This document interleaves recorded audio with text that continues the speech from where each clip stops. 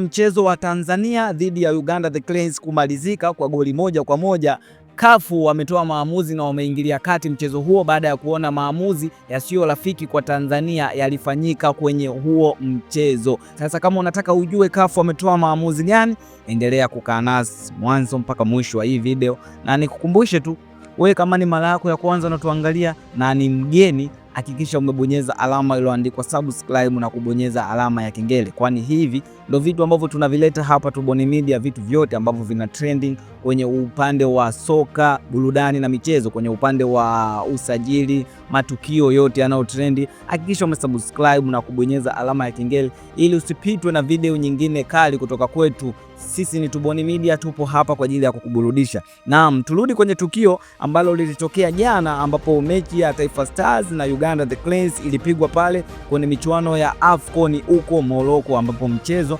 uliisha kwa goli 1-1, ambapo tunaona goli la Tanzania lilipatikana dakika ya 60 kupitia Simon Epigodi Msuva akipiga kupitia mkwaju wa penalty uliotokea baada ya mlinzi wakati wa Uganda The Cranes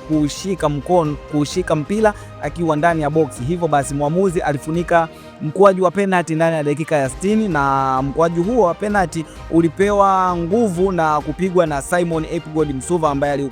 aliukwamisha kinywani baada ya Tanzania ya dakika ya 60 kuongoza kwa goli 1-0, lakini Uganda The Cranes walirudi kimchezo dakika ya 88 ambapo walipata goli kupitia steka wao Atali. Sasa CAF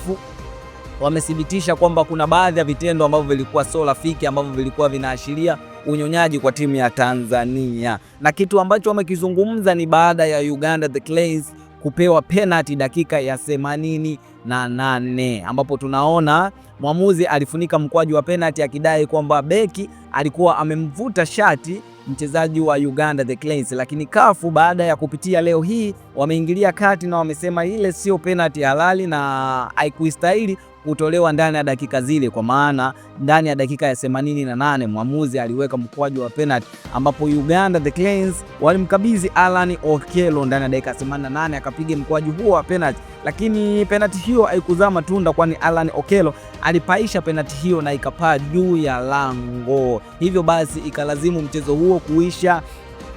kwa goli 1-1 na CAF wameingilia kati. Sasa bado hajatoa maamuzi. Je, ni maamuzi gani ambayo CAF wanaweza wakatoa baada ya kuona kuna baadhi ya vitendo ambavyo vilikuwa sio rafiki na vikuashiria urafiki kwenye huo mchezo na kuikandamiza Tanzania? Lakini CAF mpaka saizi baada ya kutoa